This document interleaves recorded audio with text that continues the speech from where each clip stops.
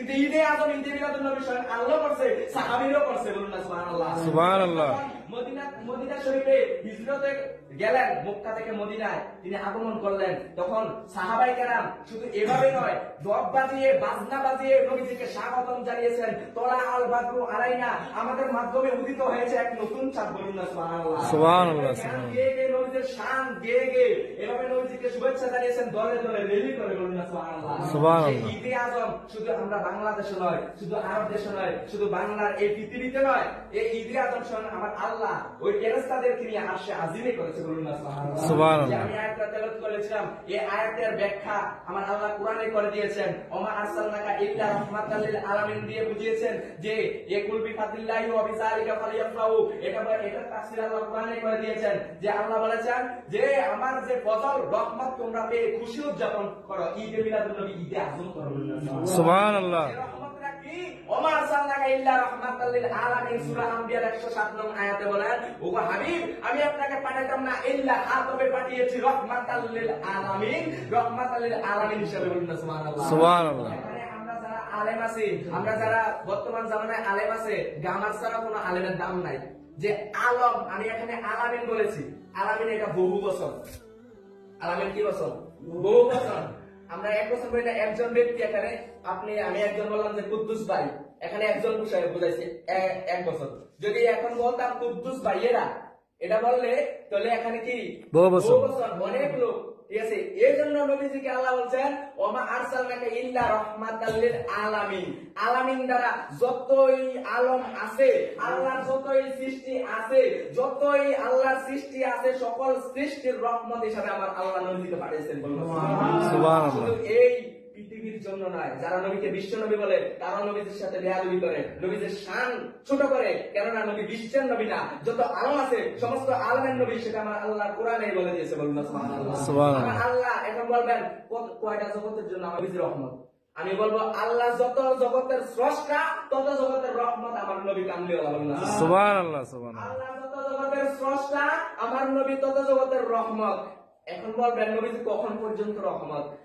আমার আল্লাহ যখন পর্যন্ত রব, আমার নবী তখন পর্যন্ত রহমত, বলুন না সুবহানাল্লাহ। সুবহানাল্লাহ। দুনিয়ায় আল্লাহর জিকির বন্ধ হয়ে যাবে কিন্তু নবীর জিকির বন্ধ হবে না, বলুন না সুবহানাল্লাহ। সুবহানাল্লাহ। প্রশ্ন করবেন, হে হুজুর এটা কি বললেন যে আল্লাহর জিকির অফ হয়ে যাবে, নবীর জিকির অফ হইতো না? এখন আমরা আসি ইন্নাল্লাহা ওয়া মালাইকাতাহু ইউসাল্লুনা আলান নবী, ইন্নাল্লাহা নিশ্চয়ই আল্লাহ তাআলা ওয়া মালাইকাতা এবং ফেরেশতাগণ ইউসাল্লুনা আলান নবী, নবীর উপর দুরূদ শরীফ পড়ে সর্বদা হামেশা। আমার আল্লাহ এবং ফেরেশতাদেরকে নিয়ে নবীজির উপর দুরূদ শরীফ পড়ে। ইয়া আইয়ুহাল্লাযীনা আমানু, যারা ঈমান এনেছো, ঈমানদারগণ, এখানে কোনো ওয়াহাবীদেরকে বলছে না, বেঈমানদেরকে বলছে না, তোমরাও কি করো? দুরূদ পড়ো, নবীজির উপর দুরূদ পড়ো, নবীজির উপর দুরূদ পড়ো। তো এখন একটা জিনিস লক্ষ্য করেন, কিয়ামত হইলে সকল কিছু ধ্বংস হয়ে যাবে না? সকল কিছু ধ্বংস হয়ে যাবে, কোনো কিছু থাকবে না, কেউ আল্লাহর জিকির করবে না। কিন্তু আল্লাহ যে বলছে ইন্নাল্লাহা, নিশ্চয়ই আল্লাহ তাআলা নবীজির উপর দুরূদ শরীফ পড়ে, সেটা তো আল্লাহ তাআলা বন্ধ করবে না, হামেশা তো আল্লাহ আছে, আল্লাহ তো ধ্বংস হবে না। আল্লাহ নবীজির উপর দুরূদ শরীফ পড়বে, বলুন না সুবহানাল্লাহ। সুবহানাল্লাহ। আল্লাহর জিকির বন্ধ হয়ে যাবে কিন্তু নবীজির জিকির বন্ধ হবে না, বলুন না সুবহানাল্লাহ। সুবহানাল্লাহ। আমার নবী করিম সাল্লাল্লাহু আলাইহি সাল্লাম বলেন হাত্তা কুনা আহাব্বা ইলাইহি মিন ওয়ালিদিহি ওয়া ওয়ালাদিহি ওয়ান নাসি আজমাইন, যতক্ষণ পর্যন্ত আমি নবীকে তোমার পিতা মাতা সন্তান সন্ততি, তোমার পিতা মাতা সন্তান সন্ততি যত সম্পদ আছে সকল সম্পদ থেকে যতক্ষণ আমি নবীকে ভালোবেসে না বাসবা, ততক্ষণ পর্যন্ত তুমি পরিপূর্ণ ঈমানদার হতে পারবে না, বলুন সুবহানাল্লাহ। সুবহানাল্লাহ। সুবহানাল্লাহ। সিয়াসিত্তার কিতাবের দলিল, এটা কোনো জালো না, কোনো দড়িও না, কেউ এটা রহিত মানে এটা কোনো দুর্বল হাদিস দিয়ে প্রমাণ করতে পারবে না। এটা হচ্ছে একটা মজবুত দলিল যে নবীজিকে নিজের জানের থেকে বেশি ভালোবাসতে হবে, কথা বলুন ঠিক কিনা? আমরা যে যতই নামাজ পড়ে রোজা রাখি, অবশ্যই 5 ওয়াক্ত আপনার নামাজ পড়তে হবে, নামাজ ছাড়া আপনার মুক্তি নাই। আপনি নামাজ না পড়লে আপনার পরকালে যাইয়া আপনার শাস্তি ভোগ করতে হবে, জাহান্নামে আপনাকে নিক্ষেপ করবে। নামাজ পড়তেই হবে, এটা শরীয়তের বিধান, শরীয়তের আইন। কিন্তু আপনি নামাজ পড়তেছেন, নামাজ পড়তে পড়তে কপালে দাগ লাগিয়ে লাইছেন, নবীজির প্রেম যদি অন্তরে না থাকে যতই নামাজ পড়েন সেই নামাজে কোনো দাম নাই, ঠিক কিনা? এই জন্য বলি নবীজির প্রেম মোহাব্বত অন্তরে রাখতে হবে। নবীজির মোহাব্বত আপনার অন্তরে থাকবে, আপনার সকল কিছু কাজে আসবে। যদি নবীজির প্রেম না থাকে, নবীজির মোহাব্বত না থাকে, যতই ইবাদত করেন, যতই বন্দি করেন, কোনো ইবাদত বন্দিগি আপনার কাজে আসবে না। এজন্য আল্লাহ কোরআন মাজিদে ইরশাদ করেন যে তোমরা উহুদ পরিমাণ, পাহাড় পরিমাণ ইবাদত বন্দি করবা, কিন্তু কাজে আসবে না। কেন আসবে না? নবীর প্রেম নাই। কথা বলো ঠিক কিনা? এই জন্য ইশকে মোহাব্বত জিস দিল মে হাসিল নেহি ও লাখো মুমিন হো মাগার ও ঈমান মে কামেল নেহি, বলুন না সুবহানাল্লাহ। ইশকে মোহাব্বত আমার নবীর প্রেম ভালোবাসা, জিস দিল মে যার অন্তরে হাসিল নেহি, আমার নবীর প্রেম ভালোবাসা যার অন্তরে নাই, সৃষ্টি হয়েছে না, যতক্ষণ পর্যন্ত আমার নবীর প্রেম ভালোবাসা তার অন্তরে থাকবে না, ও লাখো মুমিন হো, ও যতই ইবাদত করুক, যতই বন্দি করুক, মাগার কিন্তু ও ঈমান মে কামেল নেহি, ও ঈমানদার হতে পারবে না। বলুন না সুবহানাল্লাহ। সুবহানাল্লাহ। আমার নবীকে সৃষ্টি না করলে কোনো কিছু সৃষ্টি হইতো না। এই প্রসঙ্গে আলা হযরত বলেন, ও না থে তো কুছ না থা, ও जो না हो तो कुछ ना हो, জান রে ও জান কি, জান রে তো জাহান রে। বলুন না সুবহানাল্লাহ। ও না থে তো কুছ না থা, আমার রাসূল পাককে যখন আল্লাহ সৃজন করে নাই, তখন কোনো কিছু সৃজন করেছিলেন না, কোনো কিছু হয়েছিল না। যদি নবীজিকে সৃজন না করতো, কোনো কিছু সৃষ্টি করতো না। নবীজি যখন মেরাজ শরীফে যায়, দুনিয়াটা স্তব্ধ হয়ে যায়, কোন দিক দিয়ে 27 বছর চলে গেল এটা কেউ কোনো টের হয়েছে না। যখন মেরাজ শরীফ থেকে আসলো, এসে যখন বললো আমি 27 বছর মেরাজ করে আসছি, কাফেররা কি কইলো? কাফেররা কইলো এই মুহাম্মদ পাগল হয়ে গেছে। বলুন না নাউজুবিল্লাহ। নাউজুবিল্লাহ।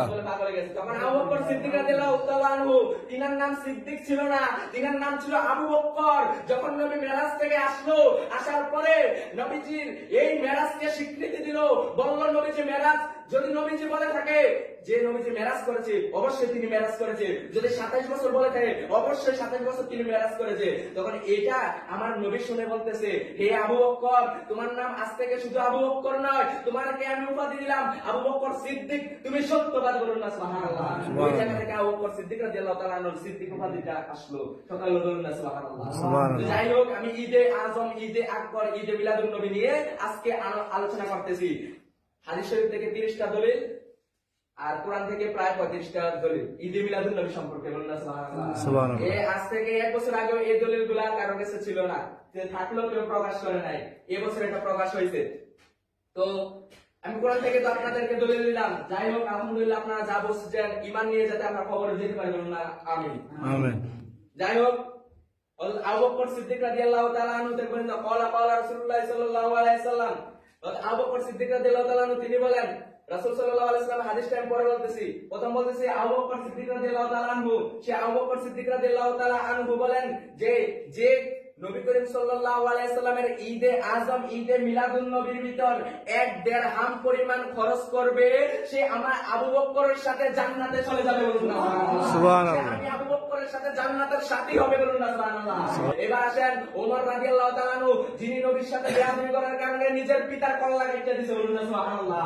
সেই উমর বিন খাত্তাব রাদিয়াল্লাহু তাআলা আনহু তিনি বলেন, সেই উমর রাদিয়াল্লাহু তাআলা আনহু বলেন, উমর ইবনে খাত্তাব রাদিয়াল্লাহু তাআলা আনহু থেকে বর্ণিত, কওলা তিনি বলেন, যে মিলাদুন নবীকে সম্মান করলো, সে যেন ইসলামকে জীবিত করলো। বলুন না সুবহানাল্লাহ। মিলাদুন নবী আসছে, আমরা যদি নবীজির প্রতি দুরূদ শরীফ পড়ি, সালাম করি, ইয়া নবী সালামু আলাইকা, ইয়া রাসূল সালামু আলাইকা, আমরা যদি নবীকে সম্মান করি, এই রবিউল আউয়াল মাসের আজকে দ্বিতীয় জুমা চলতেছে, এই দ্বিতীয় জুমার ভিতর আমরা যদি আজকে ঘরে যাইয়া বলতেছি ইয়া নবী সালামু আলাইকা, নবীর প্রতি দুরূদ শরীফ পড়ি, নবীর প্রতি সম্মান দেখাই, নবীর প্রতি দুরূদ সালাম পেশ করি, আল্লাহ তাআলা যে আদেশ করছে যারা ঈমান এনেছো তারা নবীর প্রতি দুরূদ শরীফ পড়ো, আমি আল্লাহও পড়ি, আমার ফেরেশতাদেরকে নিয়েও পড়ি, তোমরাও পড়ো। বলুন না সুবহানাল্লাহ। সুবহানাল্লাহ। নবীজির মতে, নবীজির প্রেমে দুরূদ শরীফ পড়ি, তাহলে এটা হলো নবীজির প্রতি সম্মান, মিলাদুন নবীকে সম্মান। আপনি আজকে কালকে মিলাদুন নবী কুমিল্লা হইতেছে, আপনি 5000 টাকা দিয়ে যদি বলতেছেন সাহায্য করে যে আমি নবীজির সম্মানার্থে, আমি অদম গোলাম গুনাহগার, কিছু করতে পারলাম না, এই হাদিয়াটা রাখেন, এটা মিলাদুন নবীর ভিতর খরচ করেন, এটা নবীজির মিলাদুন নবীর ভিতর সম্মান।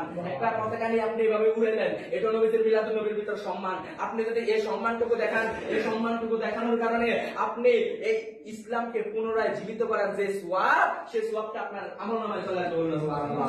সেই 100 শহীদের থেকে বেশি সওয়াব আপনার আমলনামায় চলে আসবে। সেটা কে বলেছে?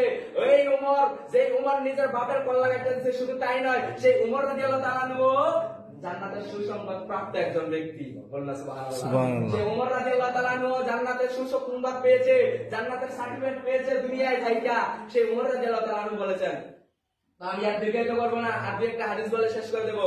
তো আসুন ওই হাসান বসরি রাদিয়াল্লাহু তাআলা আনহু কি বলেন? হাসান বসরি রাদিয়াল্লাহু তাআলা আনহু বলেন, যদি আমার উহুদ পরিমাণ স্বর্ণ থাকতো, উহুদ পরিমাণ পাহাড় পরিমাণ যদি স্বর্ণ থাকতো, এই উহুদ পরিমাণ স্বর্ণ আমি ঈদে মিলাদুন নবীর জন্য বিলিয়ে দিতাম। বলুন না সুবহানাল্লাহ। সুবহানাল্লাহ, সুবহানাল্লাহ। দেখছেন কি প্রেম। একটা হাদিস আছে যে এটা বলে আমি শেষ করে দেবো। একদিন মা ফাতেমা রাদিয়াল্লাহু তাআলা আনহা, জিবরাইল আলাইহিস সালাম আসছে। জিবরাইল আলাইহিস সালাম কিন্তু ওই নিয়ে আসতো, অনেক সময় সাহাবীর বেশ ধরে আসতো, ঠিক না? সাহাবীদের বেশ, কালবি রাদিয়াল্লাহু তাআলা একজন সাহাবী ছিল, তিনার বেশ নিয়ে, তিনার সুরত নিয়ে আসতো জিবরাইল আলাইহিস সালাম। তো জিবরাইল আলাইহিস সালাম আসলো, আসার পরে তো মা ফাতেমা রাদিয়াল্লাহু তাআলা আনহা বলতেছে, চাচা কেমন আছেন? জিবরাইল আলাইহিস সালাম বলতেছে, মা ফাতেমা নবীজির কন্যা বলতেছে, চাচা কেমন আছেন? তো এটা বলার কারণে জিবরাইল আলাইহিস সালাম রাগ হয়ে গেছে। কি হয়েছে? রাগ হয়ে গেছে। হ্যাঁ, আমি কি তোমার আব্বুর, তোমার পিতার ভাই নাকি? তুমি আমার চাচা বলছো? হ্যাঁ, আমি তো আরো অনেক আগে আমাকে সৃষ্টি করছে আল্লাহ। মানে জিবরাইল আলাইহিস সালাম এটা নিজে নিজে বলতেছে। এটা রাগ হইয়া তো নবীজির কাছে গেছে, বিচার দিছে। দরজায় গেছে, ইয়া রাসূলুল্লাহ, বিয়া তুমি মাফ করবেন, একটা কথা বলি, আমার মনে কষ্ট পাইছি। কি বলো জিবরাইল? তো বলতেছে, আপনার কন্যা আমাকে বলতেছে চাচা, তা আমি কি আপনার ভাই? আমাকে যেন চাচা বললো। নবীজি বলতেছে, জিবরাইল তোমার বয়স কত? বয়স কত? জিবরাইল আলাইহিস সালামের বয়স কত? এই যে জিবরাইল আলাইহিস সালাম জানে না, নবীজি জানে। তো জিবরাইল আলাইহিস সালাম এটা কোনে, জিবরাইল আলাইহিস সালাম কইতাছে, জিবরাইল আলাইহিস সালাম একজন ফেরেশতা, ছোট বাচ্চারা আছে শোনো। সে জিবরাইল আলাইহিস সালাম তিনি বলতেছে যে আমার মনে কষ্ট পাইছি, আপনার কন্যা মা ফাতেমা আমারে কি বলছে? চাচা বলছে। কি কারণে? চাচা কারণে কষ্ট পাইছে। তো জিবরাইল আলাইহিস সালাম এটা নবীজির দরবারে বিচার দিছে। বিচার দেওয়ানে নবীজি কইতাছে, কই তোমার বয়স কত? আমি তো জানি না, কিন্তু একটা কথা জানি। কই কি জানো? আমি, আমার মনে আছে সর্বপ্রথম আমি একটা তারা দেখেছি আকাশের ভিতরে। সেই তারাটা মানে প্রত্যেক ৭০,০০০ বছর পর পর একবার দেখি। বলতেছে সুবহানাল্লাহ, সুবহানাল্লাহ। তো নবীজি কইছে, কয়বার দেখছো? কই ৭০,০০০ বার দেখছি। বলুন না সুবহানাল্লাহ। ৭০,০০০ বছর পর পর একবার উদিত হয় তারাটা, আবার ৭০,০০০ বছর, এই ৭০,০০০ বার এই তারাটা